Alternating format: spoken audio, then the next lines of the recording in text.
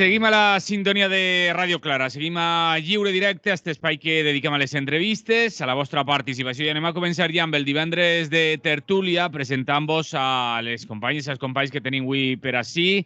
Tenim a Adrián Navalón desde Podem Valencia. Buen día, buenos días, Adrián. Buenos días, Manolo. Feliz año y feliz año a toda la audiencia. Feliz año y buenos días. Y todas esas cosas. Sí. Tenim també a Antonio Pérez Collado, company de la CGT i de l'Ateneu Llibertari al Margen. Bon dia, Antonio. Hola, buenos días. Bon dia. Y Roby Bertassi, desde Rusafa Radio. Bon dia. Buenos días a todas y todos. Bon dia. Y anem a comenzar la tertulia. Per cert, Adrián y Antonio, creo que habéis sacado libro. ¿O he visto algo? Bueno, por cada uno hablará. Cada uno, sí, ¿no? Algo hay por ahí. A ver, Adrián, yo te he visto por redes que he visto ya una portada por ahí. Sí, ha habido un ensayo. Un ensayo, pero lo voy a retrasar un poquillo porque no me gusta la plataforma inicial. Vale, vale. Y ya te iba a tirar de las orejas también. Claro, a mí no me gusta. No hablamos de Amazon, que es la más sencilla, la que mejor trata económicamente a los autores un poco independientes, pero claro, a mí es una que me repatea en el hígado. Entonces he estado probando diferentes plataformas, he encontrado ya una que me gusta, tarda un poquito más, los libros son un poquito más caros, pero yo creo que merece la pena por el hecho simplemente de que no sea Amazon. Vamos, es que... Y entonces lo tengo que retrasar un poquito porque esa empresa que se dedica a imprimir estos libros va un poquito más despacio, naturalmente, tiene menos medios. Pero vamos, sí, el libro de la banca que alguna vez he comentado aquí que estaba escribiendo, pues ya lo he acabado. Está a punto de salir. El que sí que está es el libro que ha escrito Antonio Pérez Collado, que ya está disponible, entre otros sitios, en la distri de CGT del País Valenciano y Murcia y en el mismo Ateneo, ¿no? Sí. Ese sí que ya está del todo, ya no tiene vuelta atrás. Es el anarquismo paso a paso, una guía de la historia, de los personajes que han dado vida a este pensamiento a lo largo de la historia y sus experiencias. Y bueno, es como un resumen de todo lo que el anarquismo representa, ¿no? Y nada, pues lo hemos hecho en plan artesanal. Nosotros no lo vamos a poner en grandes plataformas ni nada. Tenemos ya nuestros recursos limitados, pero bueno, como tenemos muchos amigos y conocemos mucha gente, pues se irá distribuyendo así, a través de la muestra del libro anarquista, que haremos la presentación, y luego, bueno, pues ya de momento, como ha dicho Manolo, pues está ahí en la CGT y en la distri, pero vamos, lo vamos a poner en más sitios, ¿no? Gente que colabora habitualmente, en el Ateneo también está, en la Ateneo Libertad al Margen, y con un poquito más, pues yo creo que conseguiremos distribuirlo, esperamos, y si no, pues mala suerte. Ya tenemos experiencias nefastas, entonces no nos asustamos, no nos asusta la ruina, ¿no? Que siempre viene a representar unas pérdidas estas cosas, ¿no? Pero por lo menos tienes el placer de publicar y de decir lo que piensas, ¿no? Y a través del Ateneo y de la distri y eso, pues yo pienso que sí que va a llegar a gente. Tengo la suerte de tener muchos años y muchos amigos, mucha experiencia, y aunque solo sea por curiosidad, pues ya hay gente que antes de que esté en los puntos de venta ya te lo está pidiendo, ¿no? Luego eso se pasa, claro, en cuanto los amigos ya lo tienen ya es más difícil, pero esperamos vendérselo a gente que no es amiga todavía, y ahí estamos. Así que ya iremos hablando, iremos presentando, lo llevaremos ahí a la radio si hace falta, en fin, que se vaya enterando la gente que es la que nos sigue, la que conocemos.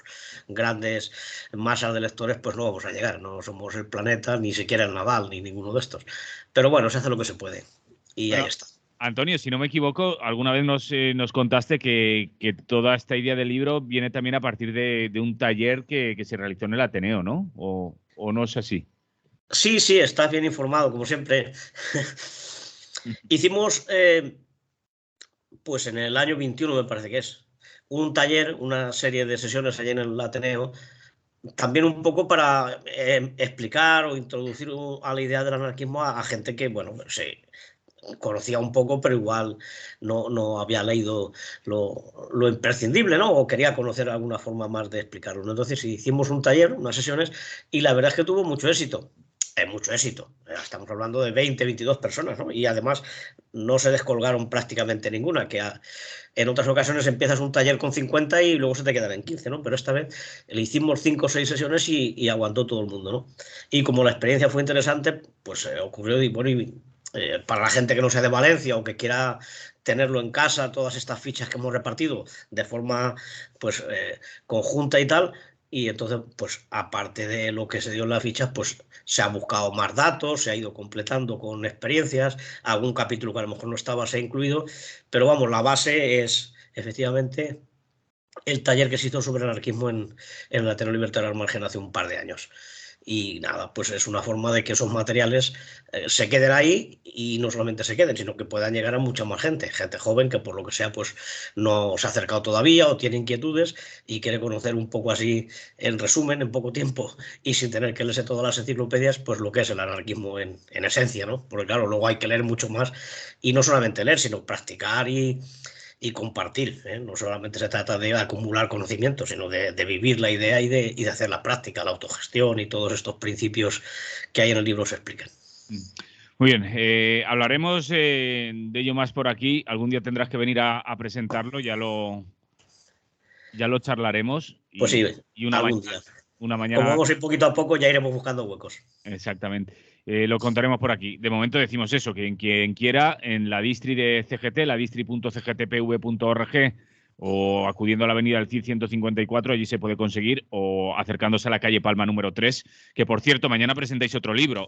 Me adelanto sí, ya. Pero eso lo dejamos para el final del programa, ¿eh? Déjame 2 minutos al final del programa y ahí lo vamos a meter todo, efectivamente. Exactamente. Presentamos la revista mañana. La revista también, todo. También todo. Va a ser una jornada intensa, una jornada de puertas abiertas. Justamente mañana que empieza el invierno, climatológicamente hablando, mañana haremos puertas abiertas. Haremos comida para presentar la revista y luego por la tarde presentaremos un libro de otra compañera. Me estaba diciendo Adrián antes que le faltan días al mes. Yo le decía que me faltan horas a los días. Pues aquí vemos que todos apretados. Y eso empieza a ser bueno también, ¿eh? Que haya ese movimiento y esas convocatorias. Roby, te tenemos muy callado. ¿Tú que nos cuentas algo antes de empezar a meternos en harina y empezar a hablar de Brasil? No, estaba atento a los libros que van a publicar los compañeros y bueno, me tendré que acercar ahí al Ateneo para conseguir el de Antonio y cuando Adrián tenga el suyo también lo voy a leer con muchas ganas. Pues muy bien, pues si queréis, comenzamos ya con los temas que teníamos previstos, que hay unos cuantos y además interesantes. Comenzamos a hablar ya, bueno, esta semana prácticamente todos los días hemos estado hablando aquí de Brasil, del intento de golpe de Estado y de la situación que se ha vivido allí. Roby, tú me decías que el otro día estuviste también con las compañeras brasileñas por aquí, por Valencia, sí, ¿no? Sí, es un acto en la plaza del Ayuntamiento y bueno, de condena al golpe estuvieron las compañeras del Partido de los Trabajadores de Brasil y bueno, en solidaridad, porque realmente lo que está pasando en Brasil es muy grave, es muy grave. Todavía, digamos, yo creo que el intento sigue, no van a parar, digamos, ¿no? En América Latina la cosa se ha puesto al rojo vivo. Tenemos el ejemplo de Perú, empezó la cosa también con lo que se intentó hacer con Evo Morales, etcétera, etcétera, porque es un continente en disputa. Y ahora parece que estamos en una ola de movimientos nacionales y populares, y esto, digamos, quiere ser frenado desesperadamente por las oligarquías y además la internacional fascista, la de Bannon, digamos que es el que, bueno, ya sabemos quién es Bannon, donde caben desde ultraliberales tipo Vox hasta otros que son más fascismos sociales, como los Le Pen y todo eso, por llamarlo de alguna manera. No descansa, hay mucho dinero metido y están, digamos, es decir, van a por todas. En Argentina, de esto se habla menos, pero también está el tema de la Corte Suprema de Justicia, que también está haciendo unos fallos que son golpistas directamente. Y esto nos pone en un escenario en América Latina muy, muy, muy difícil de haber que pelearla muchísimo, porque si llega a caer Brasil, digamos, la cosa puede ponerse muy, muy, muy mal, puede ponerse terrible. Y, digamos, en cambio, la consolidación de estos regímenes nacionales y populares que apuntan un poco a la construcción de la patria grande, parece ser que se quiere frenar de cualquier manera. Entonces así está la cosa y bueno, y la cosa sigue en curso, no van a parar. Entonces yo creo que no va a quedar, que hay que actuar con firmeza, hay que actuar con toda la firmeza del mundo y porque, digamos, la gente esta que estuvo en Brasilia estuvieron ahí días acampando en el ejército, eso es donde se ha visto, eso tendrían que haber sido echados inmediatamente y el propio ejército y la propia policía que tenía que reprimir eran cómplices de ellos, ¿no? Entonces, creo que es importantísimo frenar esto y creo que desde aquí es importante toda nuestra solidaridad, ¿no? Que son lo que está pasando en Latinoamérica creo que requiere que nos solidaricemos con eso, que nos movamos, que contribuyamos a aislar internacionalmente a los fascistas y bueno, y eso es lo que hay. Adrián. Bueno, lo de Brasil vemos que responde también a la dinámica de la, como decía Robin, ¿no? De Steve Bannon y toda esta ultraderecha que es un fenómeno ya globalizado y que se van copiando los unos a los otros. Y bueno, hace 2 años lo vimos ya en el Capitolio, ¿no? En el asalto al Capitolio, como allí llegan con las hordas ultraderechistas y los bisontes. Los bisontes y toda esta gente tan peculiar, por llamarlo de alguna manera. Y bueno, viene de que Trump venía ya deslegitimando las elecciones, las mismas elecciones que le habían aupado al poder a él, de repente ya eran un fraude, ¿no? Y en base a ese fraude, a ese supuesto fraude que no existía y que le llevó al mismo poder con el mismo sistema, legitimaba que había que tomar acciones de ese tipo, ¿no? De tipo antidemocrático y de tipo saltar el Capitolio. Yo me quiero detener también un poco por si alguien de la derecha nos estuviera escuchando. Seguro. Que seguro. Es que esta gente no duda en lanzarles a los pies de los caballos. O sea, es que hablamos de que Donald Trump, desde su mansión, está enviando a no sé cuántas personas, pero miles, a incumplir la ley, a dar un golpe de Estado contra su propio sistema. Es decir, los ponía en riesgo, primero en riesgo su salud. Murieron 5 personas en aquel asalto. Luego han habido más de 700 o 900, no me voy a ir ahora a la cifra, entre 700 y 900 encausados y 200 y pico condenados ya. O sea, y ahora en Brasil se repite la misma escena, ¿no? Bolsonaro deslegitima el proceso electoral que 4 años antes le había llevado al poder a él en las mismas condiciones.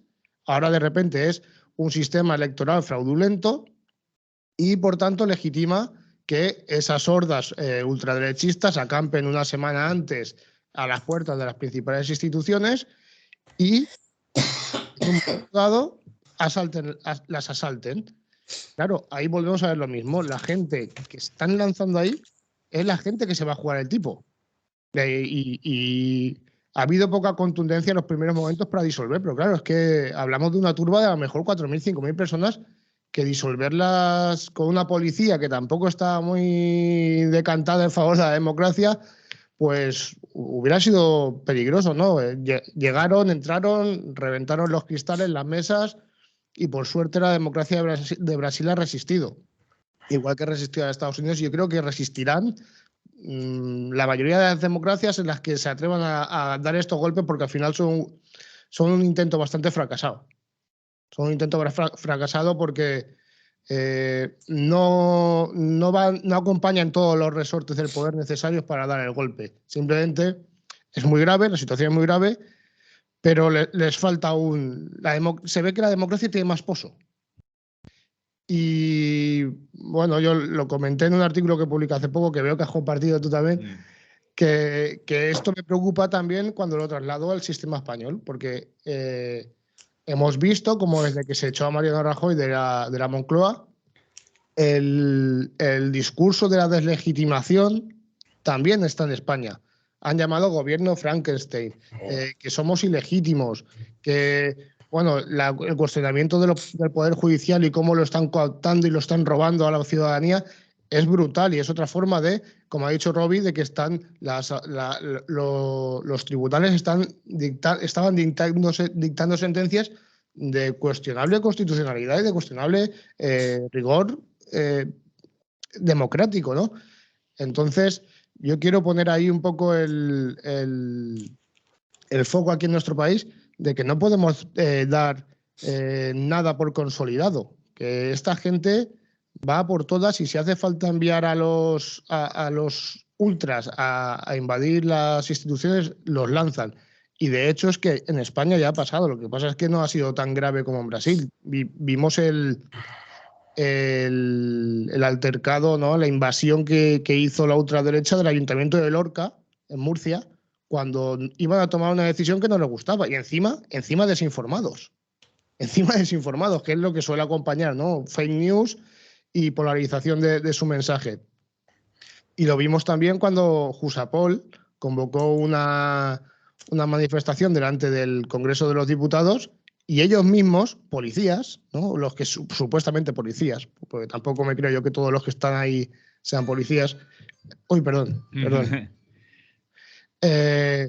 Los mismos policías traspasaban el cordón de sus compañeros policías. Por suerte no asaltaron el Congreso, pues solo faltaba que entrara policía al Congreso intentando en similares parámetros dar un pequeño golpe, ¿no? No, vamos a ver. Aquí en España también tenemos esos grupúsculos ultras que tenemos que tener cuidado y que no podemos dar la democracia por consolidada, sino que tenemos que saber que es un terreno en disputa y que tenemos que seguir disputándolo a todas horas, desde el último derecho humano, desde el primer derecho humano hasta el último. Antonio. Bueno, pues yo creo que de esto de Brasil se ha hablado muchísimo en las últimas semanas, ¿no? Quizá casi tanto como del Papa emérito y de 4 o 5 noticias que nos han tenido todas las navidades ahí pegados al televisor.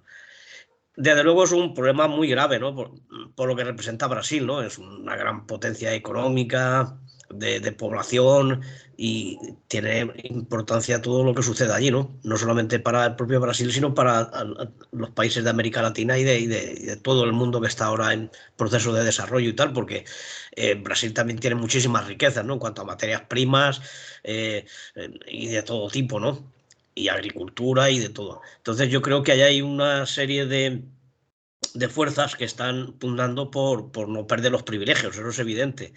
Y el llamado golpe, porque en realidad no ha sido un golpe de Estado como se conoce, no han sacado los tanques ni ese tipo de cosas, pero sí que puede ser un ensayo o una forma de debilitar a los que van a gobernar, ¿no? Es decir, tener cuidado que mirar la fuerza que tenemos y que hay mucha gente que no está con vosotros. Aquí tuvimos el 23F, ¿no? Que evidentemente fracasó militarmente y estratégicamente fracasó, pero sí que tuvo el éxito del miedo que nos metieron en el cuerpo, y a partir de ahí pues ya la movilización en las calles, las luchas sociales y tal, sufrieron un gran retroceso.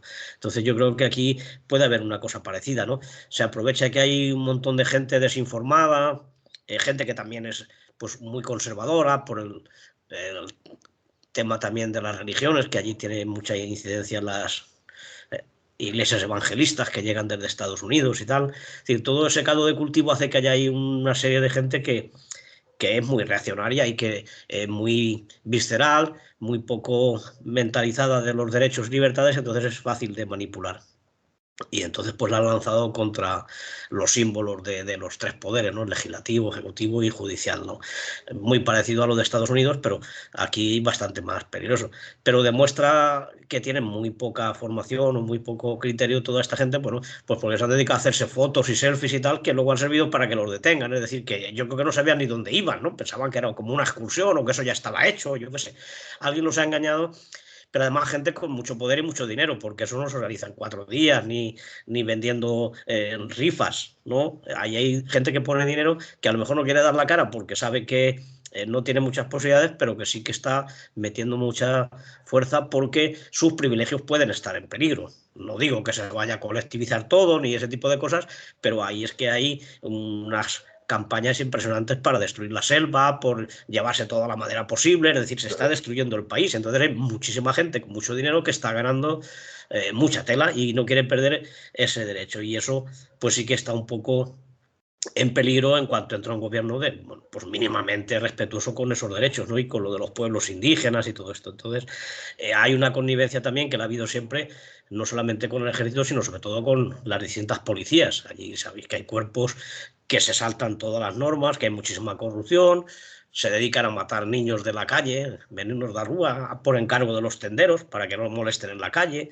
En las favelas, el tráfico de drogas, todas estas cosas, hay mucha gente ahí que se opone a que haya cualquier cambio en Brasil, ¿no? Y por tanto, bueno, pues se han echado a la calle con esta intentona, y yo creo que aquí se pone de manifiesto lo que decimos nosotros muchas veces, que en realidad donde hay que defender los derechos y donde no la jugamos es en no retrocediendo, estando, organizando socialmente a la gente, estando en la calle, defendiendo los derechos.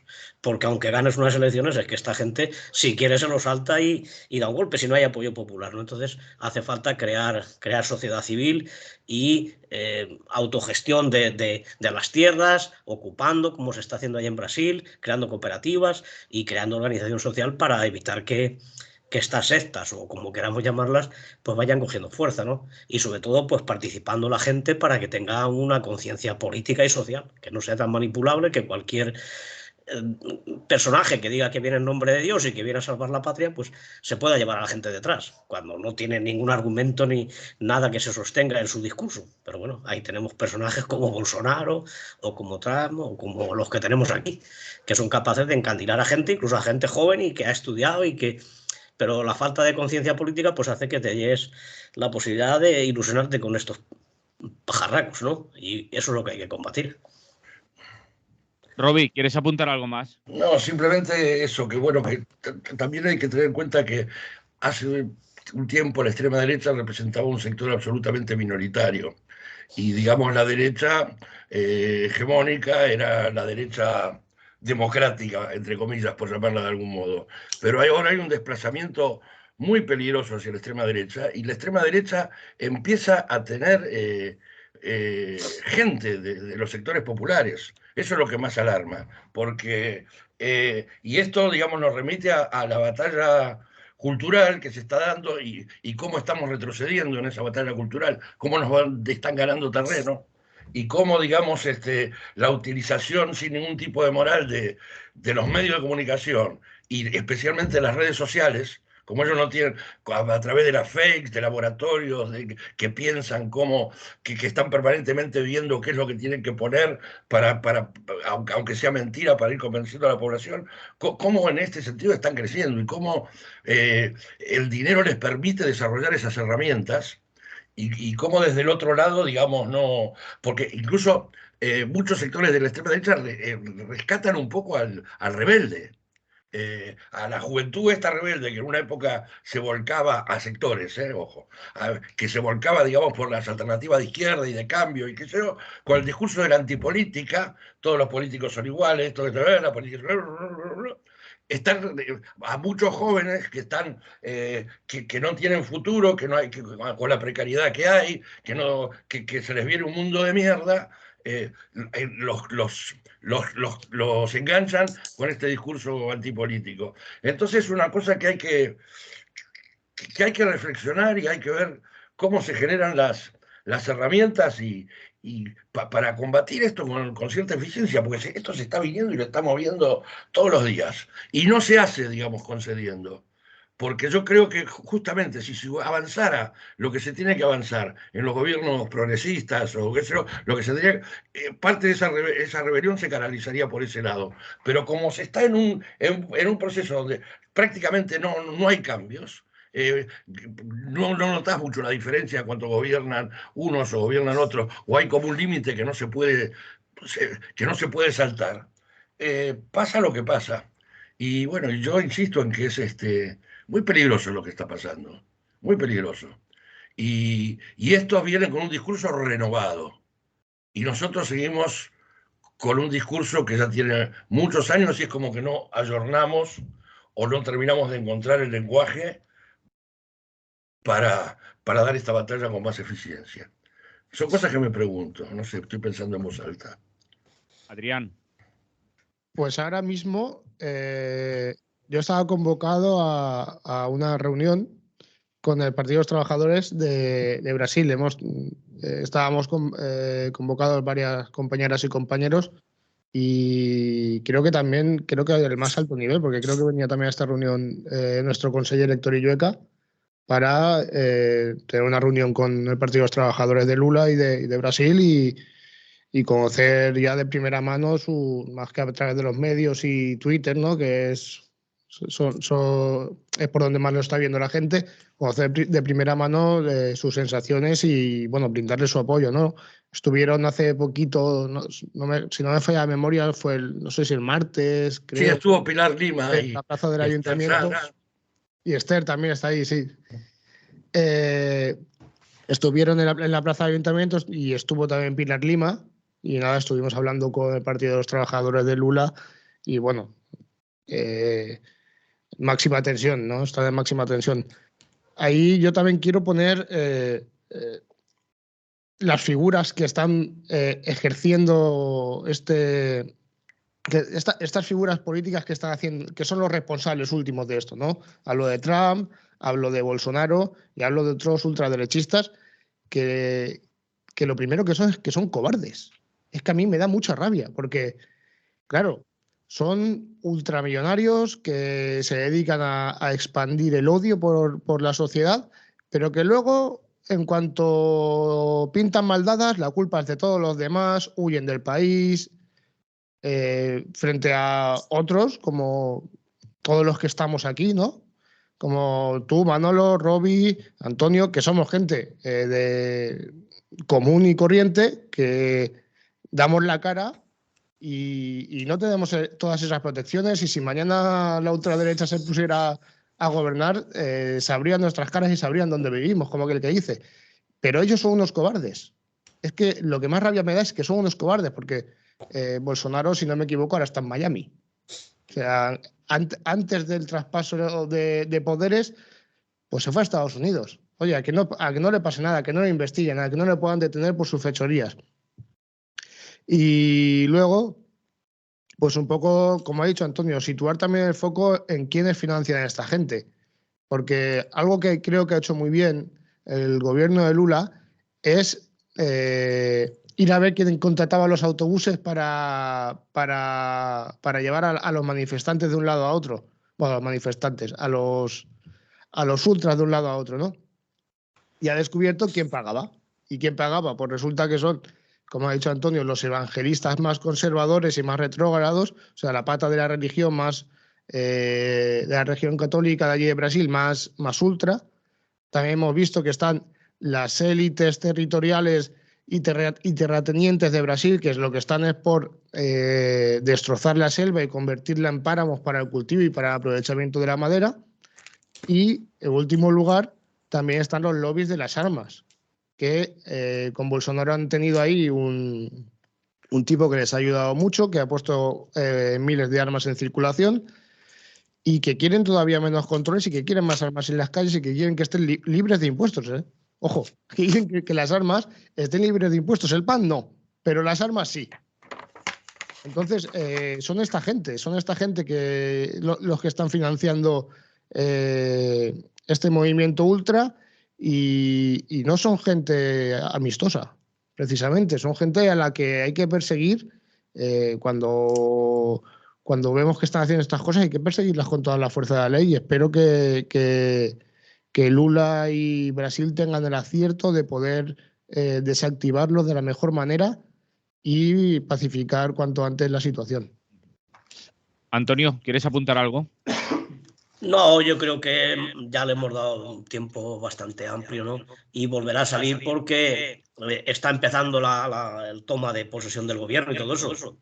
Un gobierno que tiene la posibilidad de hacer cosas positivas, porque por muchos ricos que haya y por muchos evangelistas, los pobres y los trabajadores en Brasil y en todos los sitios seguimos siendo la gran mayoría. Entonces, con un poco que se mejoren las condiciones de las clases más desfavorecidas, eso se tiene que notar y puede tener el apoyo social que necesita para seguir. Ahora, si decepciona, como han hecho otros gobiernos, a la primera de cambios, a la gente que se había ilusionado o que podía tener alguna esperanza, pues evidentemente eso se viene abajo y se quedan solos. Entonces, Yo creo que tienen que gobernar para el pueblo trabajador, y no estar pendiente de lo que diga el Fondo Monetario Internacional o las grandes alianzas económicas o el movimiento de los bancos y todo esto. Es decir, tienen que tener una política propia y desarrollar el país, pero en beneficio de la gente trabajadora y sobre todo respetando los recursos naturales, que es lo que se ha puesto en evidencia en los últimos años que no se había hecho.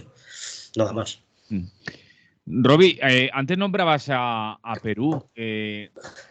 No tenemos mucha información de lo que allí ocurre. No es tan mediático como lo de Brasil, ¿no? Bueno, lo de Brasil ha sido seguido más en todo el mundo, quizá por la importancia que tiene Brasil como país, ¿no? Por la cantidad de habitantes, por ser el cuarto país más grande y por el liderazgo que puede ejercer en Latinoamérica. Pero lo de Perú también ha sido terrible. Bueno, venía de una gran inestabilidad, y en estas elecciones, sorprendentemente, gana alguien que era completamente desconocido, que es Castillo, que representa a los sectores más empobrecidos, a los sectores del campo, a la gente de Ayacucho, de zonas. Y bueno, y desde el primer día le han empezado a hacer la vida imposible. Este hombre se ve que tampoco ha sido un político profesional, en el sentido de que quizá tomó medidas fundamentalmente ha parecido un tipo muy honesto, pero que ha ido tomando medidas sobre la marcha. No es un tipo que tenga una... Y bueno, y le han estado haciendo la vida imposible hasta que han conseguido destituirlo. Y bueno, y aparentemente ellos creían que la cosa se iba a quedar así, pero no se ha quedado así, porque todos los días hay marchas, contramarchas, y hay muertos casi permanentemente en Perú, que la gente que está con Castillo está sublevada, y bueno, y esta presidenta que quería aguantar hasta el 24 parece que... el problema es el mismo que en Brasil, que prácticamente, o que también podríamos ir a Argentina, que la cosa está dividida, está mitad y mitad, porque Castillo le ganó a la Fujimori por muy poquito, lo mismo que Lula le ganó por muy poquito que el discurso este de la extrema derecha también ha calado en un sector de la población, ¿no? Y ese es el tema fundamental, ¿no? Adrián, ¿quieres decir algo de Perú? Básicamente es la reproducción más o menos del mismo problema, ¿no? Yo de Perú también se conocen menos cosas, lo que vamos conociendo sobre todo son las muertes, ¿no? Creo que ha habido 47, 48 muertos en las últimas semanas, que es algo brutal.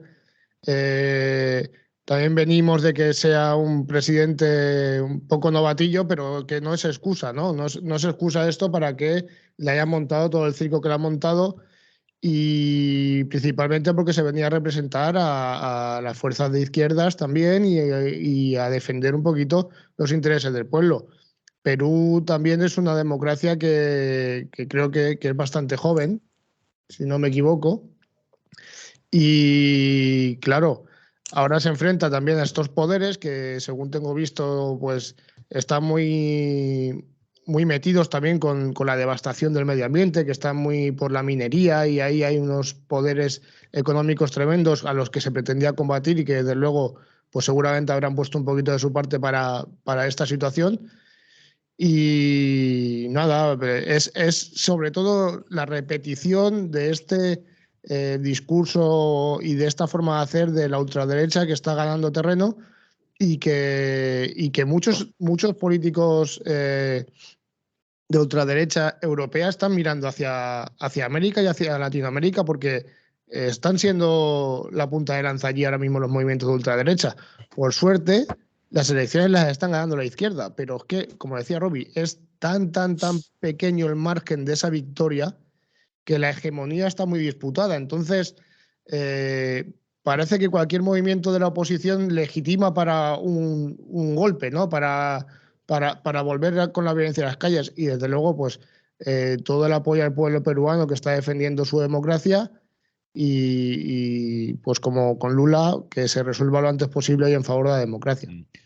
Tenemos una telefonada, tenemos una llamada y después Antonio. Buen día, buenos días. Hola, buenos días. Buenos días. ¿Nombre? Juan. Dinos, Juan. Juan. Bueno, mira, simplemente estoy bastante de acuerdo con todos los comentarios, pero lo que nos reafirma cada vez más es que la derecha realmente no es democrática. No sé, hablamos siempre de democracia, democracia. En todos los casos, cuando no mandan ellos, que entienden que todo es su cortijo, pues se rebotan. Tenemos la prueba de Chile en su día, con Allende, tenemos la prueba de España, tenemos la prueba ahora del Perú, de Bolivia, en fin. Hasta que no reconozcamos eso, que realmente la derecha no es democrática y por lo tanto, pues no hay que darle de comer, hay que darle de comer aparte. Es que ese es el tema. Y yo veo que nadie plantea estos temas. ¿Y qué pasa? Que cuando manda realmente los que llaman izquierda, que no lo son, pues realmente no hacen, les hacen un montón de concesiones. O sea, es que se tendría ya que haber dejado de pagar a la Iglesia. Lo que pasa es que al final todos los que se arriman, tanto al PSOE como a grupos de izquierda que llaman de izquierda, al final están contaminados. O sea, como no partamos de la base de que esta gente no son democráticos, o sea, mientras mandan ellos, mira, mientras mandan ellos no hay ningún problema. Pero cuando no mandan, ya lo dijo es que hay que saber votar, hay que votar a donde ellos digan, si no, está mal. Y bueno, simplemente ese era mi comentario, porque ya digo, estoy bastante de acuerdo con todo lo que estáis comentando. Pues muchas gracias por llamar. Un abrazo. Dale. Salud. Salud. Antonio. Bueno, en el caso de Perú, aparte de darse lo que sucede en todos los sitios, ¿no?, que hemos comentado de los intereses de los ricos y los pobres y estas cosas, también se da un componente muy importante que es el de los pueblos indígenas, ¿no?, que en Perú tiene todavía un peso muy importante, sobre todo en las zonas de Cusco y Arequipa y todo esto, ¿no? Hay zonas donde la población autóctona o de origen de pueblos originarios son mayoría, ¿no? Luego está también la lengua, el quechua y tal. Entonces, que la gente indígena, aparte de ser pobre, es que ha sido marginada por el tema cultural y lingüístico y todo eso. Entonces hay una gran separación entre las élites blancas o mestizas dirigentes y los pueblos abandonados a su suerte, y además que se les están quitando el agua por el tema de las perforaciones petrolíferas, por la minoría, están perdiendo sus terrenos donde han vivido toda la vida, ¿no? Y cada vez tienen menos posibilidades de subsistir y desarrollar su creatividad, ¿no? Y eso hace pues que la gente sea bastante reacia a estas cosas, ¿no? Y aunque Perú ha crecido mucho en los últimos años, porque ha sido uno de los países que más desarrollo ha experimentado en datos macroeconómicos y tal, sin embargo sigue habiendo grandes bolsas de pobreza, ¿no? Y tradicionalmente pues ha habido una división pues entre las élites dirigentes y los pueblos estos, ¿no? Una situación que no fue capaz, o lo hizo mal el Sendero Luminoso, ¿no?, que por su cerrazón y por sus estrecheces de miras, pues tampoco cuajó muy bien su defensa de los pueblos indígenas, a los que reprimía tanto como reprimía el ejército, es decir, que les atacaban Sendero Luminoso y les atacaba a la policía, porque la lucha contra Sendero Luminoso, la guerra que desató el Estado peruano, costó 70.000 muertos, ¿no? O sea, se llevó muchísima gente por delante y muchos de ellos eran indígenas que se veían entre dos fuegos. Y eso hay todavía sospechas o hay miedo de que se vuelva a reproducir, porque allí todavía, pues, aunque los dirigentes del Sendero Luminoso ya los han encarcelado o los han matado, pero todavía quedan células y tal, y hay mucho miedo de que eso se pueda reproducir. Pero claro, la gente de estas zonas lo que está defendiendo es su identidad y además sus necesidades de recursos y de servicios sociales y todas estas cosas que le faltan mucho, ¿no? Y eso es un hervidero, es un caldo de cultivo también muy propicio para que hayan surgido estas cosas. Y que a lo mejor toda esta gente había confiado en Castillo porque lo veían como uno de los suyos, veían que era de su origen y de su humildad y todas estas cosas, y lo consideraban pues como una persona surgida de sus pueblos, ¿no? Al llegar al poder, y parece ser que las medidas que ha tomado han sido bastante confusas y contradictorias, pues todos esos apoyos de los partidos o de los grupos así más radicales lo ha ido perdiendo, lo cual ha sido aprovechado por otra gente pues para darle el golpe este, que él había disuelto el Parlamento. Parece que no es la primera vez que se ha disuelto, pero han dicho que eso es ilegal. Total, que la que estaba ahí de vicepresidenta pues ahora la que preside el país, pero lo está haciendo con unas maneras que son totalmente autoritarias y que es una vuelta atrás, ¿no? De hecho, ya están cerca de 50 muertos y cada vez hay más manifestaciones y hay más lucha. Entonces, yo lo veo todavía más complicado que lo de Brasil, ¿no? Y hay que estar igual, pues solidaridad con el pueblo que lucha y resiste y denunciar la represión y las matanzas de la fuerza pública. Yo creo que nuestra misión es distribuir la información de todo lo que está pasando y ser solidarios con los pueblos de América Latina y dejarles que lleven ellos su propio camino, que tomen sus iniciativas, porque aunque a veces lo comparemos o digamos, son como los nuestros, son los nuestros, bueno, hay muchas diferencias y tienen que tener sus propias salidas y sus propios proyectos. Muy bien. Antes de deciros si queréis añadir algo, tenemos otra llamada. Buen día, buenos días. Buen día, un saludo. Soy Paco de Mignata. Un saludo, Paco. Intenta ser breve. Dinos. Sí, vale. Pues estáis hablando de Brasil, sí. Pues todos los golpes de Estado que ha habido allí en Latinoamérica, pues Estados Unidos está detrás. Pinochet, ¿quién lo digo? Y en Argentina y todo, es un consciente de Estados Unidos. ¿A dónde se ha ido a muchos lados? Pues ahí que lo protege Estados Unidos. ¿Qué clase de democracia lleva Estados Unidos? Que son democráticos, a robarles todos los recursos que tienen todas las naciones y pueden. El país que no deja chuparle la teta a la vaca a Estados Unidos, lo que habla de la guerra. Bueno, pues voy a decir esto, de que un matrimonio que hay aquí en Mignata, en un kiosco, ya el año 2000, me contó a mí ellos de que estaban trabajando con Vilarrasa, en Guinea Ecuatorial, y llevaban unos subfusiles, los trabajadores de Vilarrasa, porque es que le compraba a Vilarrasa tantos kilómetros de arbolada al gobierno de Guinea Ecuatorial, y entonces, claro, pues los kilómetros eran de Vilarrasa, y entonces para la madera, y los animales que salían los mataban, y las tribus que salían allí de sus poblados, que se acercaban allí con la madera a quitarles sus campos, pues salían con las armas que tenían, con palos, con lo que podían, y los mataban y no pasaba nada. Eso me lo dijeron a mí ellos. Muy bien. Paco, vamos a volver a... En el Brasil, otro igual. Ese se está haciendo fortuna. El Bolsonaro ese está haciendo igual. Dice que se mataban las tribus entre ellos. No. La misma historia que aquí. Las empresas que están ahí cortando la madera, hombre, enriqueciéndose. Es el pulmón del mundo, el Brasil, con la selva. Bueno, pues un abrazo a todos y un saludo. Un abrazo, un saludo. La libertad de expresión. Gracias por llamar, Paco. Salud. Roby, no sé si quieres apuntar algo más. No, por mí ya... Adrián, nada. Antonio. No, yo creo que ya hemos tocado lo que tocaba, valga la redundancia. Pues seguimos con los temas que teníamos por aquí apuntados. Sí. Y ahora viene otro. Lo de Piqué y Shakira, ¿no? Exactamente. Ahí digo, a ver quién lo saca hoy. A ver quién lo saca hoy. No, teníamos apuntado aquí a hablar de la mayoría progresista en el Constitucional. Adrián. La última vez que estuve aquí, creo, antes de fin de año, o si no, la anterior, que estuvimos hablando ya de este tema, aún no se había renovado el Tribunal Constitucional. Estábamos en la fase de que el PP estaba dando todo, estaba poniendo todo su arsenal y toda la carne en el asador para evitar que el Consejo General del Poder Judicial y el Tribunal Constitucional se renovasen. Bueno, parece que después del pseudogolpe que dieron al Poder Judicial, parece que les entró un poco el miedete y tiraron para atrás y al final se ha conseguido abrir la negociación y se consiguió renovar. Se consiguió renovar a costa de que metiéramos a otro de los suyos, cosa que no tenía que ser por turno, pero aún así consiguieron meter a una jueza de apellido segoviano.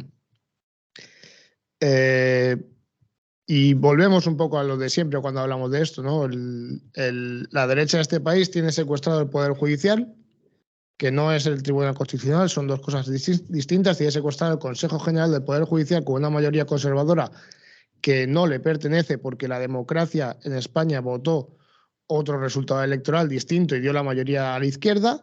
Y una de las prerrogativas que tiene el Parlamento y el Gobierno es nombrar vocales en el Consejo General del Poder Judicial para que el Consejo General del Poder Judicial responda al resultado electoral, es decir, responda a la mayoría social que está pidiendo que se haga política en cierto sentido, en este caso hacia la izquierda, porque aquí es importante recordar que el Poder Judicial es un poder político. Yo me empeño siempre en decirlo en todos los sitios a los que voy, es un poder político. La separación de poderes legislativo, ejecutivo y judicial.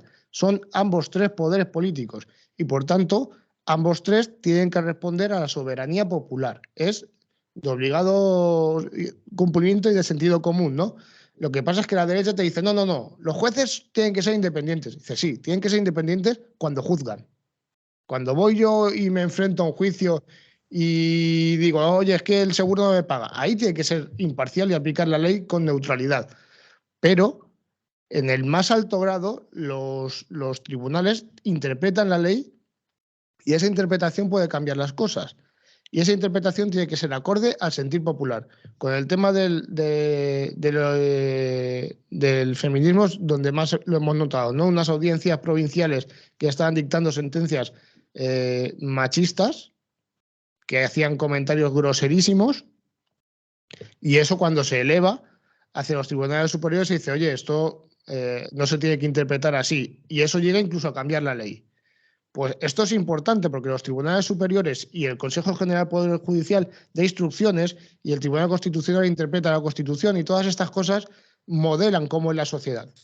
Entonces es muy importante que esas instituciones respondan al sentir popular y a la soberanía popular.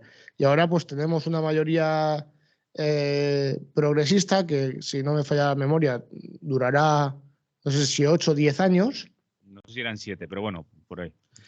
Y pues eso es una oportunidad para poder afrontar cosas que estaban pendientes, como la reforma de la ley del aborto, creo que está en el Tribunal Constitucional y otros temas, que se afronten con una mirada progresista, que es lo que estaba pidiendo la sociedad española. Porque incluso gente de derechas que es favorable a que haya el aborto y es como, vamos a ver, ¿por qué tenemos que tener un Tribunal Constitucional y un Consejo General del Poder Judicial mucho más conservador que la gente de nuestro país? No es entendible. Ahora parece que eso lo vamos a poder cambiar durante unos años. De todas maneras, Conde Pumpido tampoco es que sea un juez igual que Marlaska, ¿no? El ministro de Interior, tampoco es que sea un juez de mi mayor devoción, porque Conde Pumpido pues, es famoso, ¿no?, por las ilegalizaciones de partidos. Y cuando se eligen los cabezas, ¿no?, de instituciones, yo creo que hay que tener ojo también con quién pones en cada sitio y con qué representa cada cual, porque la legalización de partidos, por muy justificada que estuviera en su época, según los cánones jurídicos y políticos del momento, que yo por suerte no viví en primera persona porque era más chiquillo, pero olían un poquillo a persecución también, pues hay que tener cuidado con quien nombramos, porque lo que representan a veces es incompatible con una justicia y una democracia de futuro que planteamos, ¿no? Antonio, per cert, acaba de llegir que la mayoría progresista durará, pone, al menos hasta junio de 2030 en el Tribunal Constitucional. Bueno, pues lo tenemos ya garantizada el progresismo por un montón de años. Ya era hora que nos tuviéramos una buena noticia. Bien, nos hemos pasado muchísimo tiempo criticando a los jueces y con razón. Entonces, lo de progresistas y no progresistas pues es una cosa bastante relativa, ¿no?, como ya se ha comentado. Conde Pumpido también tiene su historial y su trayectoria y, desde luego, por desgracia, no creo que vaya a cambiar mucho las cosas. Pero parece que ha habido incluso una reconversión automática, ¿no? Porque de estar en minorías y de estar todos ahí secuestrados en su voluntad de transformar las cosas y hacerlo bien, pues hemos pasado a que ya se han quedado incluso la vicepresidencia, que había un acuerdo no escrito de que uno era para los conservadores y otro para los progresistas. Pues esta vez se han quedado con las dos cosas, porque alguno de los conservadores, pues ha votado a los progresistas también, se ha contagiado del entusiasmo y ya tenemos mayorías absolutas no, quiero decir, en los dos cargos principales, porque la vicepresidenta pues es la que sustituye al presidente cuando no está, o sea que tiene un papel muy importante y ambos son de lo que llamamos progresistas. No sé yo lo progresista que se puede hacer desde un tribunal de esta importancia. Ya tenemos el gobierno progresista y creo que ya tenemos bastante, ¿no? Pero bien, yo creo que habrá que esperar a ver cómo solventan todos los recursos que hay ahí, las leyes que estaban paralizadas y tal, pero no hay que entusiasmarse demasiado porque yo pienso que, bueno, pues responde a unos intereses y los jueces y los tribunales están para lo que están y ya sabemos quiénes son los que salen ganando siempre y como la ley es como el embudo, que tiene una boca muy ancha para los de arriba, para los ricos, y una muy estrechita para los pobres, ¿no? Y eso lo estamos viendo constantemente, así que, pues no lo sé. Seguramente mejor así que como estaba de paralizado, pero que no hay que ser excesivamente confiados ni esperar grandes decisiones que vayan en beneficio de la clase trabajadora y de los sectores más precarizados de la sociedad. Eso, nada de nada. Las leyes se hacen en otros sitios y se imponen por otras fuerzas y ellos pues lo que hacen es interpretarlas pues con unos criterios más o menos profesionales, que es lo que se les pide, que sean profesionales, no que sean revolucionarios, evidentemente. Los tribunales revolucionarios sería otra cosa y siempre hay dudas sobre el papel que desempeña el que tiene la capacidad de juzgar a otros, con sus criterios y sin estar en el pellejo del que ha cometido un supuesto delito. Todas esas cosas y el tema de las cárceles y tal, pues como sabéis es un tema que siempre ha estado abierto al debate y que tiene muchas incógnitas. Pero bueno, estamos en el mundo en el que estamos, en un sistema en el que nos desenvolvemos y bueno, pues esto parece que es un pequeño arreglo para que esto siga funcionando de aquí a 2030, que para entonces pues ya se habrá solucionado también lo del cambio climático, igual ya se han cerrado las nucleares, ya no tenemos coches de gasolina, en fin, va a ser otro mundo mucho más idílico. Espero que lo veáis. Yo igual ya ni lo veo. Pero bueno, voy a luchar por cambiarlo, aunque igual Shakira y sea Piqué por lo han vosotros. arreglado. Aunque sea por vosotros, yo voy a seguir peleando. Robbie. Sí, bueno, yo eso. Teníamos la mayoría esta conservadora, tenemos esta mayoría, no sé si progresista, pero al menos liberal, porque en cosas como el aborto, en cosas que sí son más liberales, el límite ya sabemos dónde está, que es es la misma herramienta que utilizó el PP para retrasar todo esto, que en su momento fue ETA, ahora era Cataluña, el tema catalán. Ya Conde Pumpido se apresuró a decir que por supuesto no iba a estar en juego el tema y bueno, es lo que hay, mejor, viste, mejor mejor liberales que conservadores. Pero lo de progresista, bueno, hay que ver qué entendemos por progresistas, ¿no? Después ahora ver cómo se resuelve lo del Consejo General del Poder Judicial. Y bueno, son todas las herramientas estas, por lo menos en esto, que es el Poder Judicial, se avanza un poquito. Poco más que comentar, yo creo que esto está visto ya y recontravisto. No sé si se os queda algo por apuntar, Adrián. Sí, a mí, en el sentido de lo que decía Robbie, llama la atención que el Conde Pumpido en su toma de posesión lo primero que haya, de las cosas que haya remarcado es la unidad de España, que es algo que no puede estar en cuestión, que no está en cuestión y que está fuera de la Constitución. Y es como, vamos a ver, ¿por qué esa declaración? ¿Por qué esa venda antes de la herida? ¿Qué pasa? ¿Por qué esa? No acabo de entender el por qué esa declaración. Porque sí que es verdad que el Poder Judicial es un poder político, pero que no dirige el Estado en el sentido político. Entonces, ¿por qué esa declaración de la unidad de España? Si mañana nos da la gana cambiar la Constitución, ¿qué? Si mañana decimos, oye, pues que la unidad de España sí se puede negociar. ¿Por qué tenemos que tener a los tribunales, al máximo intérprete de la Constitución, cuando ahora mismo no hay una situación llamativa en este sentido, ¿no? Diciendo unidad de España es innegociable? Yo entiendo que a lo mejor en el 2017, el 2 de octubre, el Tribunal Constitucional dijera algo por el estilo, tras el 1 de octubre en Cataluña. Pero ahora mismo, ¿para qué? ¿Qué sentido tiene esta presión, ¿no? Entonces, Claro, esto es un poco también como lo que decía Robbie y Antonio, progresista hasta cierto punto, ¿no? Tenemos ahí que hemos dado un pasito hacia adelante, pero bueno, intentamos aprovechar estos 10 años, 8 años que nos quedan de Tribunal Constitucional pro liberal, ¿no? Que nos dará juego para poder sacar leyes necesarias y que no se tiren para atrás como la del aborto y eutanasia, que es muy importante y tal, pero sí, hay que seguir haciendo política, sobre todo hay que seguir haciendo política. Antonio, Robbie, ¿queréis apuntar algo más de este punto? ¿Alguno? Hombre, a mí también me había extrañado que con las cosas que tenía por decir, ¿no? Que podía haber quedado de puta madre, valga la expresión, y que haya sacado este tema, ¿no? Y se me ocurre, bueno, puede ser pues que con la serie de negociaciones que ha habido, los compromisos que tendrán que haber alcanzado, igual era una de las condiciones, es decir, pero no nos vamos a meter en avisperos como el de Cataluña. Entonces, bueno, pues tienes que dejar eso claro. O haya sido una cosa, una iniciativa propia de él, para que no tengamos dudas sobre su poco progresismo, ¿no? Es decir, soy tan progresista que lo primero que voy a decir es que no penséis que aquí va a hacer cada uno de su capa un sayo, ¿no? Igual puede ser una llamada de atención o un compromiso que tenía con otra gente que le ha apoyado, ¿no? No lo sé. Pero bueno, por lo menos pone los puntos sobre las sillas y nos da una idea de por dónde puede ir su mandato. Robbie, ¿tú quieres apuntar algo más o...? No. Lo dejamos por aquí.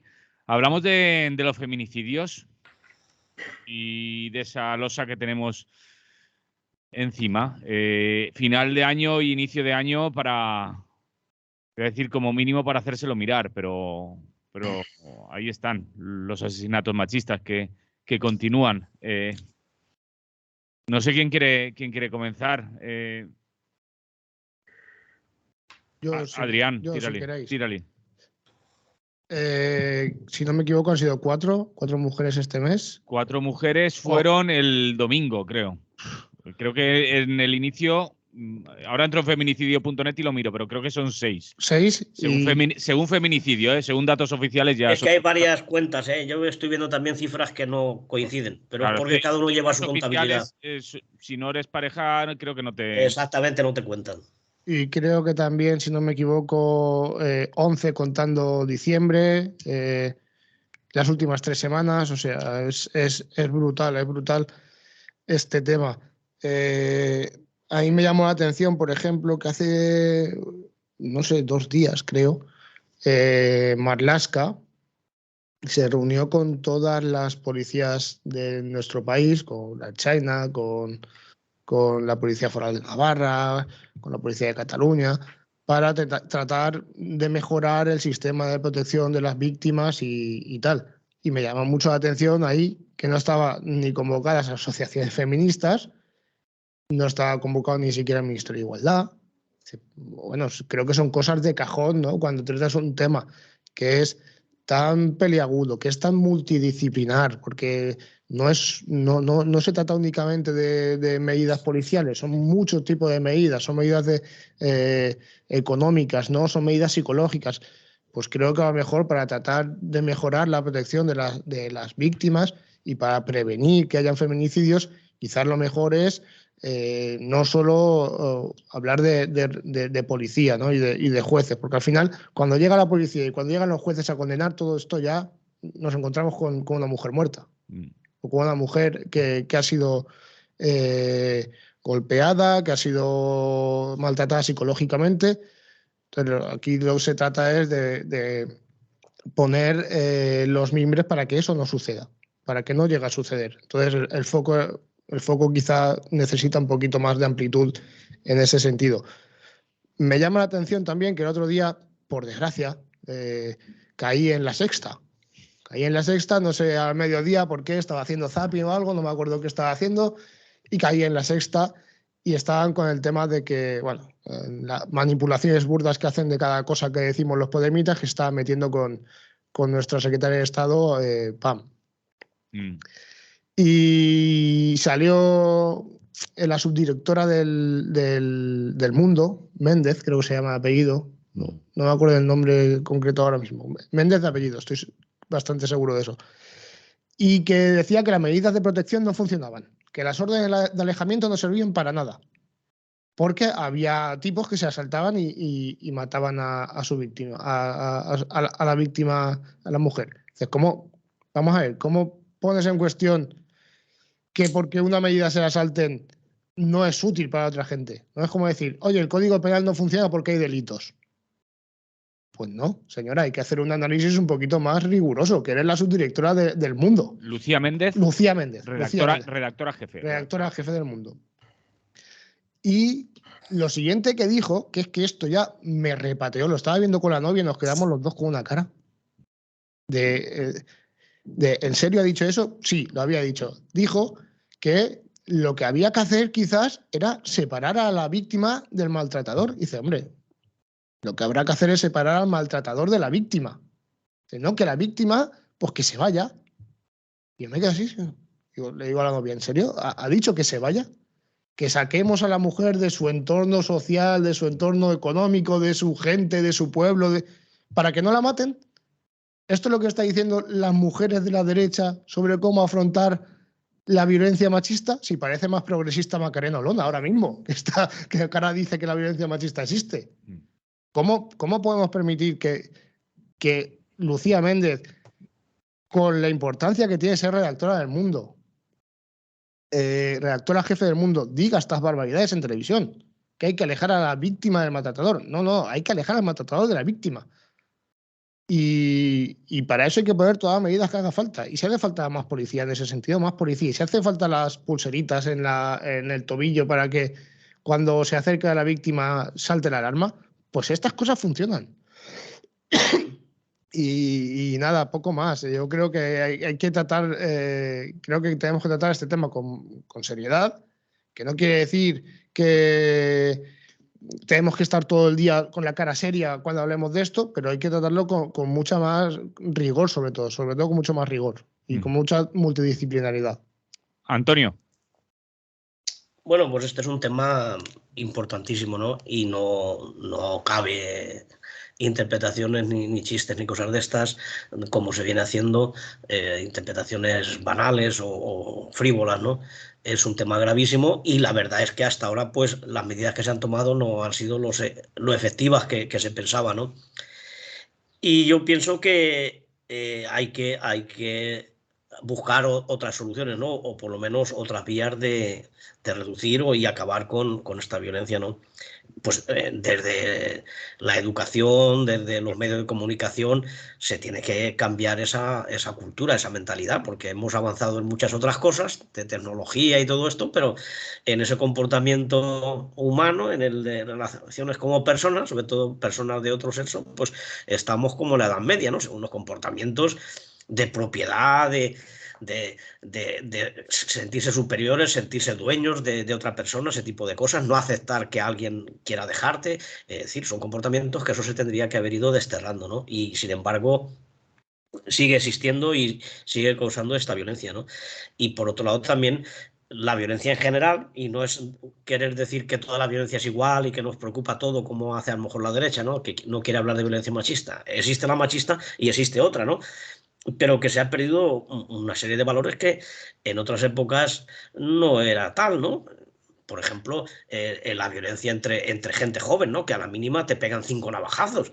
Yo recuerdo, pues otras épocas, pues se ha dado a la gente unos puñetazos o se ha pegado, pero esa forma de ese ensañamiento y acuchillar a una persona por una tontería porque te han mirado mal o no te han mirado mal y tú tienes ganas de bronca, eso se está dando todos los fines de semana, ¿no? Y yo creo que también va en conjunto, ¿no? Es decir, se ha perdido cualquier valor, se ha perdido también el tema de la solidaridad y de la participación del vecindario, es decir, muchas de estas mujeres que se ven en estas situaciones tan delicadas, pues al final los vecinos ni lo sabían, solo se enteran cuando llega la policía o cuando ya es una cosa y dicen, no, alguna vez habíamos ido a algo. Si la gente se conociera y se apoyara, no haría falta que hubiera ruido para saber que esa persona está mal o que está siendo maltratada psicológicamente o cómo se empieza todas estas cosas, ¿no? Y antes de llegar a la agresión o al asesinato, pues ya el vecindario tendría que haberse organizado, sobre todo las mujeres de los barrios, estar organizadas en grupos y también practicar la autodefensa, ¿eh? No esperar todo de los jueces ni de la policía, porque la verdad es que tampoco ayudan mucho o llegan demasiado tarde. Y tiene que ser, pues, medidas complementarias. Yo tampoco voy a decir cuál hay que quitar y cuál hay que poner nueva, pero desde luego se tiene que seguir avanzando y ampliar esa protección hacia la gente que no puede salir del domicilio. Entonces, es un problema el trabajo. Muchas mujeres o no tienen un trabajo muy precario, no tienen vivienda, no tienen dinero para soportar el gasto de los hijos, y muchas siguen aguantando y aguantando ahí hasta que un día pues el asesino que estaba ahí dormido pues despierta y acaba con su vida, ¿no? Entonces, si fuera mucho más fácil, tanto legalmente como económicamente, poder dejar a una persona que ya no te quiere, porque no puede decir que te quiere si te está maltratando, ¿no? Pues también se evitaría seguramente muchas de estas situaciones tan dramáticas. Entonces yo creo que se tiene que dedicar presupuesto, se tiene que dedicar gente, se tiene que dedicar iniciativas a luchar de forma eficaz contra la violencia. Vigilar los contenidos de los programas que vemos, porque no solamente se ve violencia en las películas de acción, es que se ve violencia hasta en los telediarios, ¿no? Nuestra vida cotidiana es muy, muy agresiva, y eso se va desarrollando y se va inoculando en los niños, y acabamos con generaciones de gente súper violenta e incapaz de convivir y de aceptar pues la voluntad de otras personas que ya no quieren estar contigo, ¿no? Y yo creo que las cifras que estamos manejando son ya de escándalo, son dramáticas. Estamos hablando de 1800 y pico, desde que se va contando, que es de 2003. Es decir, que estamos hablando de una guerra prácticamente. Según Y eso se tiene que según acabar. las cifras oficiales. Claro, claro, y sí, es lo que yo comentaba cuando habéis empezado, que hay cifras que unas son del Ministerio y otras son de otros organismos, feministas, o la propia CGT también cuenta, que por ejemplo, si una mujer que trabaja en el sexo, una prostituta, vamos, para entendernos, la mata a un supuesto cliente, un asesino, pues no cuenta, porque no ha sido su compañero de vida sentimental, ¿no? Y muchísimos otros casos. Entonces, son más grandes las cifras de las que nos dan en los telediarios. Pero aún así, aunque nos vayamos solamente a las que da el Ministerio, yo creo que es dramático y no se puede permitir. Así que, pues eso, una reflexión importante tenemos que hacernos todos, y sobre todo la gente que tiene capacidad de tomar medidas para evitarlo. Sí, tenemos una llamada, ahora la sacamos en antena, por lo que decíamos antes, según feminicidio.net, que es nuestra fuente que utilizamos para estos datos, en 2023 van 6 feminicidios, 6 asesinatos, y para que veamos la diferencia de cálculo, si no me equivoco, las cifras oficiales hablaban en 2022 de 49 o alrededor de ese número. Feminicidio.net calcula que fueron 99 asesinatos en 2022. En 2021, 82. Sí, esos son los que yo tenía por aquí. Esos son los datos de feminicidio.net, que, como decimos, es la fuente que utilizamos porque creemos que los criterios que utilizas se ajustan más a la realidad que la contabilización oficial. Buen día, buenos días. Hola, ¿qué tal? Tenéis un tema muy bueno. Mira, estoy bloqueada. Nos matan porque no aguantamos. Porque bueno, yo no quiero generalizar, eso es absurdo, generalizar. Pero yo es que lo he vivido, es que tienes que aguantar, si no te violan, si no te insultan, algo bestial. Algo, mira, te digo que estoy bloqueada. Oh, y vale, os doy las gracias por tocar todos esos temas y vale. Carmen, muchas gracias por llamar. Vale. Un abrazo, salud. Roby. Sí, nada, me he quedado un poco escuchando a Carmen. Me he quedado así un poco... nada, retomando un poco lo que dice Antonio, estamos en una sociedad muy violenta. Lo de los femicidios es una expresión más y tiene su particularidad. También está pasando esto, como comentaba Antonio, entre los jóvenes, que se matan por cualquier cosa, que eso estamos llegando a un... Y después una cosa que me preocupa también es el machismo entre la gente joven, que ha habido como...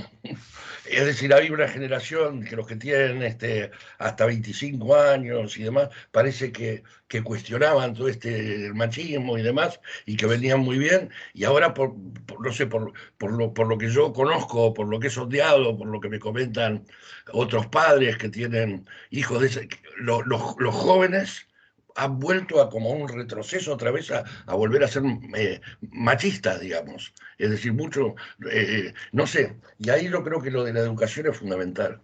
Lo de la educación es fundamental y por el tema de la violencia y de los feminicidios en particular, y también es fundamental el presupuesto, porque estas cosas se hacen cuando hay presupuesto. Entonces, lo que no puede ser es que haya un tío que tiene un orden de alejamiento y que ese tío no tenga una pulsera y la mujer una alarma. Yo tengo una sobrina mía en Argentina que, bueno, que le dieron una especie de radio y al tío tiene una... Y cuando el tío está a menos de 1000 y pico de metros, inmediatamente eso salta, le salta a la policía y están ahí y vamos, le hablan al tío y estoy hablando de Sudamérica. En Europa, que todas las personas que tienen orden de alejamiento no tengan eso, me parece increíble. Es decir, que no tengan eso, ¿no? Que no es una herramienta más. Yo creo que hay que aprovechar, como decía Adrián, hay que aprovechar, hay que utilizar todo lo que sea posible, ¿no? Entonces, por eso digo que también hace falta presupuesto. Hace falta presupuesto. Y por supuesto, lo que decía Antonio, la autodefensa, la organización en los barrios, la respuesta de la sociedad civil. Adrián, no sé si quieres apuntar algo más. Sí, estaba leyendo hace poco El segundo sexo de Simone de Beauvoir y recuerdo que decía que las mujeres habían tenido siempre la dificultad de plantear la guerra a los hombres, ¿no? En el sentido de pues, plantarse, ¿no? Y hacer su revolución, a diferencia de otros colectivos, ¿no? Los trabajadores sí que pudimos sentirnos trabajadores cuando estábamos en las fábricas, ¿no? Cuando estamos en las fábricas sí que te reconoces como un colectivo, sí que ves los puntos de unión y te organizas. Comentaba también Simone de Beauvoir en El segundo sexo que los negros también lo vieron en su momento, ¿no? Su revolución, porque se vieron como comunidad, se reconocieron como comunidad y dijeron, aquí planteamos la guerra, ¿no? Planteamos nuestras reivindicaciones. Pero claro, las mujeres, tal y como decía Simone de Beauvoir, lo han tenido siempre difícil porque no han tenido ese espacio de reconocimiento mutuo, porque con quien viven es con nosotros, con los hombres. Es decir, vivían y han vivido siempre con el opresor, no por decirlo en sus términos. Y claro, el grado máximo ya de opresión es la violencia y, en definitiva, el asesinato. Quizás pues lo que está haciendo ahora el movimiento feminista, que por fin llevan tiempo, que se han reconocido, que se han juntado en las calles, que han formado un gran colectivo, que se reconocen que son la vanguardia ahora mismo de la lucha social, yo creo, es las feministas y los ecologistas, y creo que esa batalla la están dando muy bien y creo que los que estamos apoyando tenemos que seguir apoyando, y creo que, como decía Robbie, por ejemplo, el tema de los jóvenes es jodido, porque sí que es verdad, yo pertenezco, creo, a la generación que te referías, que más o menos hemos salido medio bien, que nacimos en pleno cambio social de 2008 hacia adelante, donde se peleaban muchos derechos, donde tomamos conciencia de muchas cosas que hasta entonces no habíamos tenido. Y ahora, con el resurgimiento del movimiento ultra, parece que los jóvenes están relacionando el ser revolucionario, el ser contestatario, con ser ultraderechista, machista, antiecologista y todas estas cosas, ¿no? Entonces, yo creo que es necesario insistir porque tienen razón, el movimiento feminista tiene razón, es que no queda otra. Además, Carmen lo ha expresado en pocas palabras, pero muy claras, el bloqueo que ejerce este tipo de violencia, ¿no? Tenemos que deshacernos de esta violencia. Es que es algo que, como sociedad, como ser humano, es algo que no podemos tolerar, es que es intolerable. Y creo que también que los hombres tenemos que hacer un trabajo de deconstrucción colectiva, no solo individual, que creo que muchos lo intentamos hacer con mayor o menor acierto, y ojalá acertemos mejor y más. Pero creo que también es un proceso de construcción colectiva, que esto se ve muchas veces cuando oyes charlas de hombres en grupo, que hay algún comentario feo, y dices, oye, tío, esto igual estás contribuyendo a una violencia que está mal, ¿no? Los vestuarios de equipos de fútbol, los vestuarios de equipos de baloncesto, ahí siempre que es el género masculino que se junta consigo mismo, ahí los que tengamos un poquito de conciencia tenemos que hacer mella en los compañeros y decir, oye, eso no, eso así no mola, tío. Creo que ahí tenemos un proceso muy importante para deshacernos nosotros mismos de esa violencia, que creo que a ellas las mata, pero a nosotros no nos hace mejores, ¿eh? A nosotros nos hace mucho peores. Antonio, no sé si quieres apuntar tú algo más. No, yo creo que como ya queda poco tiempo, simplemente que la sociedad se tiene que ir preparando para cambios que vienen y que ya están aquí. Va a haber otros tipos de familias o de unidades de convivencia o de no convivencia, ¿no? Es decir, eso de pensar que vas a encontrar un amor romántico y que te pertenece, que es para toda la vida, eso se tiene que ir desterrando. Eso solo pasa en los cuentos de hadas, ¿no? Y mira cómo acaban. Es decir, hay que estar preparados a saber convivir con o sin gente. Y eso de la propiedad y el amor eterno, el amor romántico y todas esas cosas, pues igual hay que irlo deconstruyendo y abrirse a formular de convivencia, pues una madre con 2 hijos o una madre sin hijos o 3 personas que alquilan un piso. Es decir, hay que ver otras fórmulas que ya están surgiendo y que en otros países ya hay muchísima...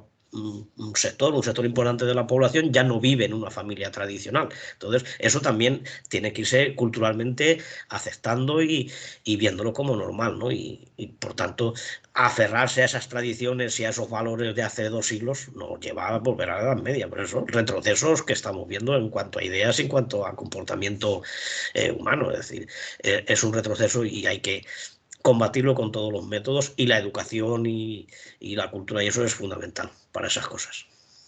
Os voy a plantear los 2 temas que nos quedan por aquí y aparte están también las convocatorias para recordar, pero aquí teníamos apuntado que nos queda hablar otro tema duro también, de 1 mes de 688 persones perden la vida mentre treballen i els salaris varen perdre un 5,6%, la pitjor dada des de 1985. 2 temas que nos quedan ahí pendientes. Antonio, como no has comenzado tú ningún tema, te va a tocar comenzar aunque hayas acabado el anterior. Sí, bueno, mira, a veces viene así la cosa. ¿Qué le vas a hacer? Bueno, son 2 temas que están relacionados porque hablan del mundo del trabajo, de la gente que somos asalariada o la hemos sido, ¿no? Y efectivamente se están dando los datos ahora, aprovechando que es fin de año, aparte de los regalos de Reyes y eso, pues tenemos que ver lo que ha sido el año anterior. Y en el tema salarial, pues se está sacando unos datos que son demoledores. Claro, venimos cotidianamente siendo animados o incentivados de que tantos contratos, sube el trabajo, cada vez hay menos paro, hay más gente de alta en la seguridad social. Sí, todo eso puede ser verdad y es positivo, pero claro, hay que ver en qué condiciones está esa gente que está de alta en la seguridad social y qué recursos tiene y qué ingresos.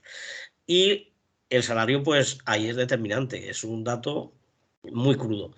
Y dice que hemos tenido el año que terminamos una bajada de salarios que no se producía desde 1985. Es decir, hemos perdido capacidad adquisitiva, el 5 y pico. Se han firmado el 2,7 como media los aumentos de convenios, el que tenga convenio, que no todo el mundo tiene, y luego la inflación y los salarios pues están por arriba al 7 o el 8%. Es decir, que estamos perdiendo poder adquisitivo. No es que nos mantengamos, que ya sería triste porque siempre estábamos igual, ¿no? Es que ahora nuestros salarios son mucho peores. Y ya hay gente que con un salario no puede vivir. Es decir, está trabajando, pero sigue siendo precario, sigue siendo muy pobre y no tiene garantizada ni él ni su familia pues los medios de subsistencia normales. Y eso se da teniendo trabajo y estando dado de alta en la seguridad social y teniendo un contrato indefinido, todas esas cosas que son tan bonitas, pero que necesitan una segunda explicación. Es decir, en qué condiciones se trabaja y cuánto se cobra. Y en eso cada vez vamos más para atrás. Y luego, aparte, hay una serie de sectores laborales totalmente precarizados, donde ni siquiera se respeta el convenio, ni se respeta el horario de la jornada. Trabajas un montón de horas, has firmado por 2 y hacer 6, tienes 3 a la semana y vas 5. te llaman a tu casa a mitad de la noche y te dicen mañana tienes que venir a trabajar. Es decir, cosas que son ilegales, pero que la gente, por el miedo a perder el trabajo o por la necesidad que tiene de un salario, pues las tiene que hacer sabiendo que no se debe. Y por tanto, pues hay que reivindicar mejoras salariales, hay que luchar por subir los salarios un poquito más que el IPC, que es una forma de mantenerse, no por debajo del IPC, sino un poquito por encima. Y luego hay que tener inspectores de trabajo, que todas esas prácticas abusivas que se cometen, los invernaderos, en la fresa de Huelva, en el telemarketing, en todas esas empresas precarias, eso se tiene que acabar y el Estado, el gobierno, tiene que dotarse de los medios. Y son las inspecciones de trabajo, y que encima metan multas muy consistentes que eviten esas prácticas mafiosas y tan habituales en nuestra economía. Y luego, por otro lado, pues, y muy relacionado con lo anterior, con la precariedad en el empleo y con los malos contratos y con la mala situación que hay en las empresas, pues viene dado el tema de los accidentes laborales. Es decir, si tú tienes un trabajo tan precario y tan malas condiciones que te la juegas por mantenerlo, pues evidentemente te sientes forzado a realizar actividades sin exigir las normas de seguridad, sin exigir el cumplimiento de las normas, sin que te den las EPIs, las prendas y las herramientas para protección que hay, que está obligada la empresa. Ahora hay una ley de seguridad social que está muy bien, que viene ya desde hace años impuesta por la Unión Europea, y la verdad es que está muy bien si se cumple y se vigila que la gente se dote de esa protección y se cumplan esos requisitos. Como no se da, pues estamos viendo que en la construcción, en el campo, en un montón de sectores, aumentan las muertes en el trabajo. Y en 2022 respecto a 2021, pues han aumentado un 17%, que es un porcentaje abusivo. Hemos tenido 688 muertos en el trabajo, y ya no contamos ni los heridos ni los que resultan con lesiones para toda la vida y ese tipo de cosas. Y es otra lacra que arrastramos desde hace años y que, lejos de disminuir, pues va aumentando. Y por tanto, pues yo creo que hay que ponerse las pilas, y tanto desde el mundo sindical, las organizaciones, la gente que está en las empresas de delegada y tal, como desde la Inspección de Trabajo, se tiene que combatir eficazmente esos delitos, porque son delitos que cometen los empresarios por no respetar las normas y no dar los materiales de protección y los cursillos a la gente que tiene trabajando. Roby. No, poco más que agregar, vamos, está clarísimo. El tema de los accidentes laborales es un tema recurrente, además que cada tanto tenemos que hablar de ello. Y con respecto a los salarios, realmente, no da tiempo, pero yo creo que hay que hacer una reflexión bastante profunda con respecto a cómo se remunera hoy y cómo habrá de remunerarse en el futuro, dada la dirección que va adquiriendo el mundo y dada cómo los trabajos cada vez se diferencia más alguien que trabaja en una multinacional y la rentabilidad de una multinacional, alguien que trabaja en una pyme. Las posibilidades que tiene una multinacional de pagar salarios altos, que las tiene, y las dificultades que puede tener la pyme. Entonces esto plantea un problema de cómo habría que remunerar en el futuro para que esta brecha no vaya creciendo cada vez más y no genere, digamos, dentro de los propios trabajadores como unas élites que pueden cobrar dinero porque las empresas lo permiten, que pueden permitirse pagar 3.000, 4.000 euros, y otros, digamos, donde es imposible que determinadas pymes llevar los salarios, elevarlos muchísimo más, porque si no, esas pymes serían inviables. Entonces yo creo que con una perspectiva de futuro tenemos que reflexionar en torno a cómo va a tener que ser la remuneración en el futuro y hacia dónde tenemos que apuntar. Porque hoy sí estoy totalmente de acuerdo con Antonio que las inspecciones, que todo, pero esto, digamos, es un proceso que se está dando y que hay que empezar a mirarlo con una perspectiva de para más adelante, porque la dirección es esa. Adrián. Pues en relación con las muertes en el trabajo, que a mí me parece algo brutal, ¿no? Son 688. Esto en con cualquier parámetro tiene que ser un problema grave, ¿no? Si hablamos antes que tenemos que combatir la violencia machista, que ha habido 88 feminicidios, creo que la seguridad laboral es otro ámbito en el que tenemos que poner mucho más el foco, porque hablamos de que se nos mueren 700 personas todos los años, y esas son las que se cuentan directamente, ¿no? Que siempre hay alguna que está relacionada y no acaba por considerarse. O sea, si tenemos todos los años 700 muertes por algo, es igual que los suicidios, ¿no? Que tenemos 1000 y pico, 3000 y pico. Pues son temas en los que quizás hay que poner el foco, porque no son muertes naturales que no puedes evitar. Al revés, son muertes que puedes evitar. Y en cuanto a la prevención de riesgos, yo creo que aquí hay dos aspectos fundamentales. El primero, y fundamental y básico, es trabajadoras y trabajadores del mundo, sindicarse. Estén protegidos, hay que estar sindicados, hay que estar en un sindicato, el que más te guste, el que más te convenza, que más revolucionario sea, el que te dé la gana, pero un sindicato. Es algo fundamental para que tengas protección, para cuando tengas que plantearle a tu jefe o a tu jefa que los materiales que te dan no son suficientes para proteger tu salud, tengas una protección y no tengas ese miedo que mucha gente trabajadora tiene. Y en segundo lugar, decir, que lo digo siempre que hablamos de accidentes laborales, la Ley de Prevención de Riesgos Laborales faculta para que los trabajadores, cuando nos veamos en riesgo, dejemos de trabajar. Más sobre todo si el empresario no cumple con sus obligaciones de darnos la protección. Hace muy poco, esta semana, enfrente de mi casa han hecho obra. Esto me ha parecido muy fuerte y lo puse en redes y tal. Y porque no soy la empresa, porque es para denunciarles. Trabajadores derribando muros que no tenían ni guantes, muros a martillazos, ni guantes en las manos, para coger bien el instrumento de trabajo y no hacerse daño en las manos. No tenían gafas de protección. Cuando tú derribas muros, lo más fácil es que salten algunos trocitos y se te puedan meter en el ojo. Te pueda caer algo en la cabeza, no llevaban casco. O sea, ni guantes, ni casco, ni gafas de protección. Solo faltaba que no llevaran botas, eso no lo podía ver. Y tampoco mascarilla. Ahí es necesario que tengan mascarilla los trabajadores, porque están levantando una de polvo que cuando tú respiras se va a tu pulmón. Y tarde o temprano eso te va a afectar de alguna manera. Entonces, los trabajadores, aunque esto es obligación del empresario y pagará por no tenerlo, creo que los trabajadores aquí tenemos que ser conscientes también de que tenemos que poner por delante nuestra salud y reivindicarla. Sindicarse para cuando tengas reivindicaciones que hacer, no tener miedo.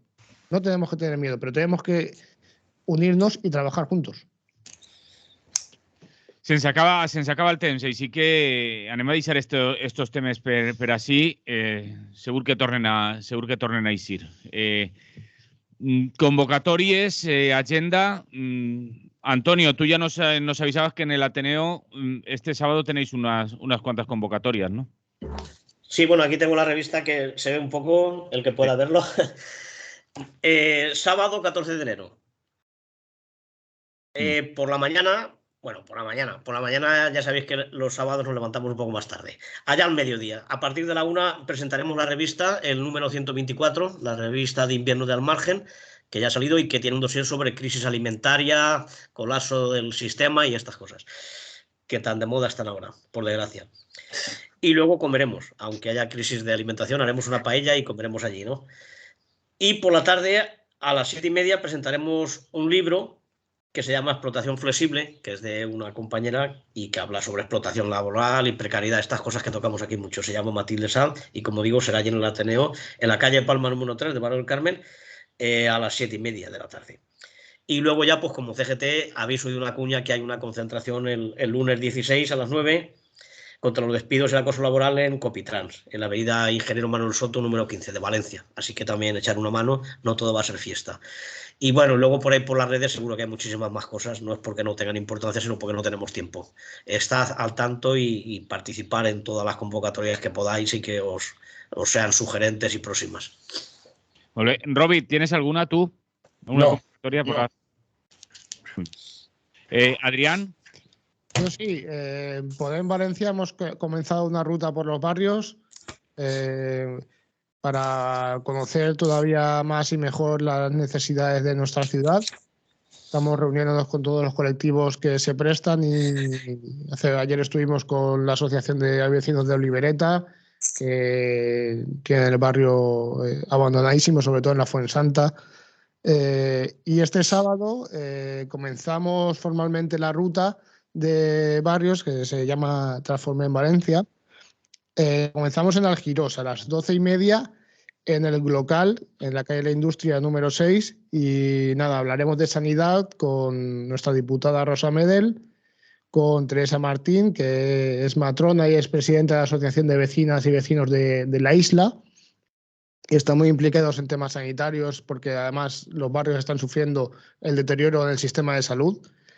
Y también estará nuestra candidata Pilar Lima, que bueno, pues nos puede hablar de sanidad, sobre todo desde el punto de vista de la Generalitat y del SCORS, que han trabajado mucho sobre todo para algunas leyes para salud mental y tal. Entonces, el sábado 14 de enero a las 12:30 en el local de Algirós, en la calle Industria. Molt bé, i jo recordar que este diumenge 15 de gener celebra la festa de la infantesa i serà la cavalcada de les magues de gener. A les 11:30 des del parterre, des d'Onís fins a la plaça de l'Ajuntament. Res més. Se n'anem. Moltes gràcies a Antonio Pérez Collado des de la CGT i l'Ateneu Llibertari al Margen, a Robi Bertasi des de Rusafa Ràdio y Adrián Navalón desde Podem Valencia. Salud y fila propera. Una abraçada. Hasta la próxima. Salud. Muy bien. Salud a todos. Abrazo y saludos. Salut. Lliure directe Ràdio Clara. Jo m'acomiade ja fins dilluns, que tornaré a estar així amb totes i tots vosaltres a aquest espai d'entrevistes del Lliure directe Ràdio Clara. Salut i fins dilluns.